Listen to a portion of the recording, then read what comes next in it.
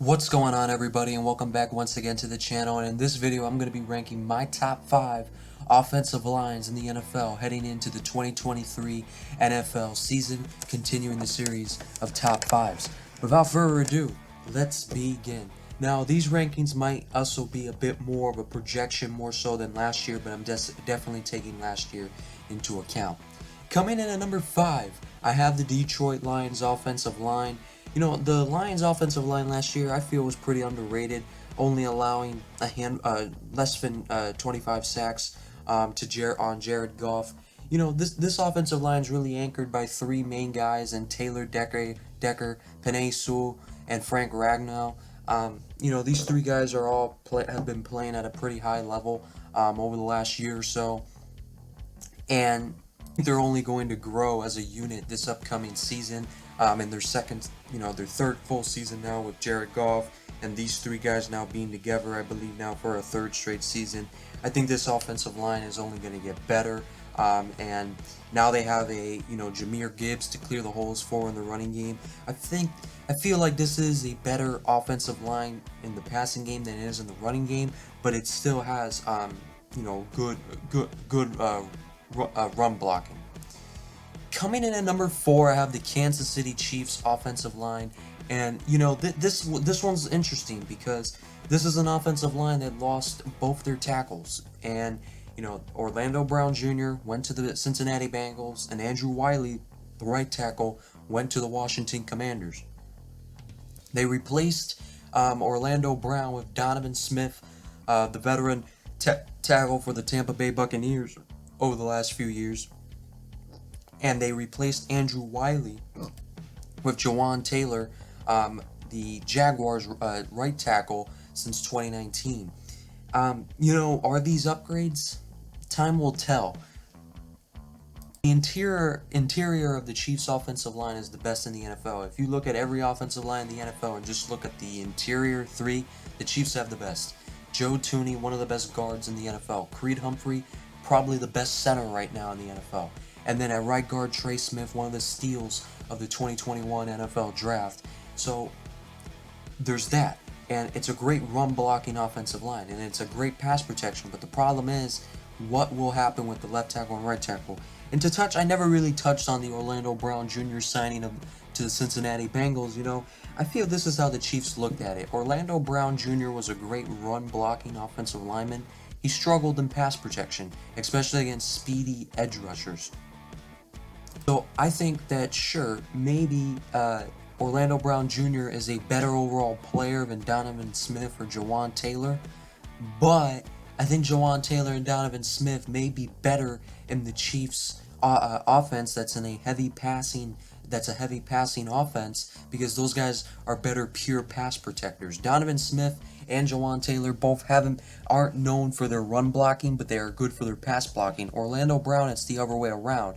Now, I do think Orlando Brown's pass blocking, which is kind of his weakness, is probably stronger than Jawan Taylor and Donovan Smith's run blocking, which is their weakness. But I think the Chiefs looked at it as, let's just go for what fits us better, and the interior of the offensive line will get us through.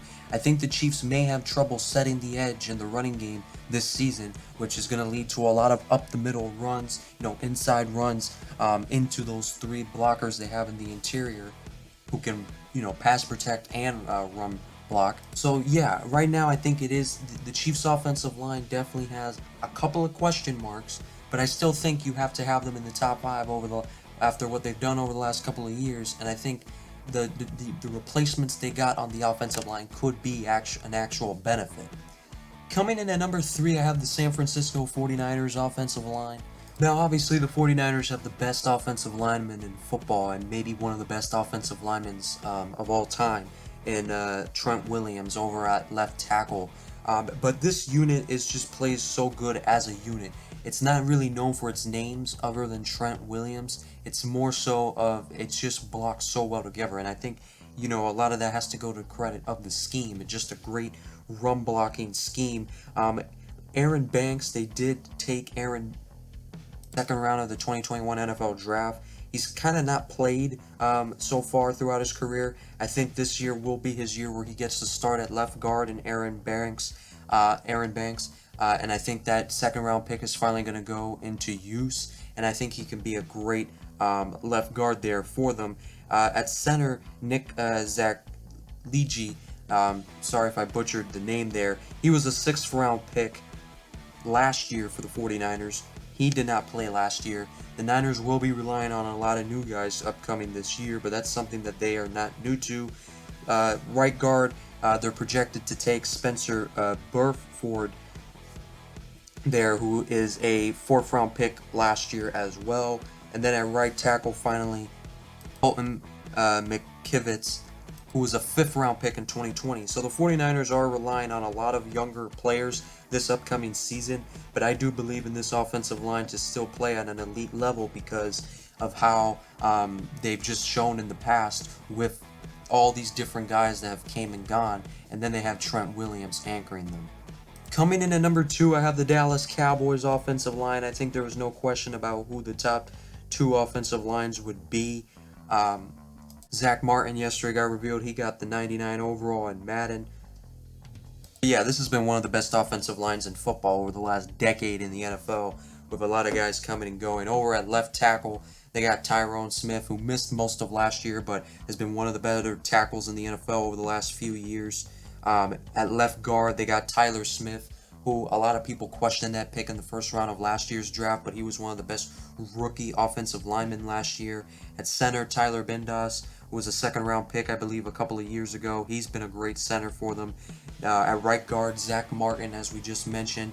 And then at right tackle, Terrence Steele. Terrence Steele might be the weakest point of this offensive line, but it's not awful. It's definitely not awful whatsoever for this Dallas Cowboys, and it's one of the best run blocking offensive line and pass protection. I mean, this offensive line will continue to eat in 2023 like it has been for the last decade or so.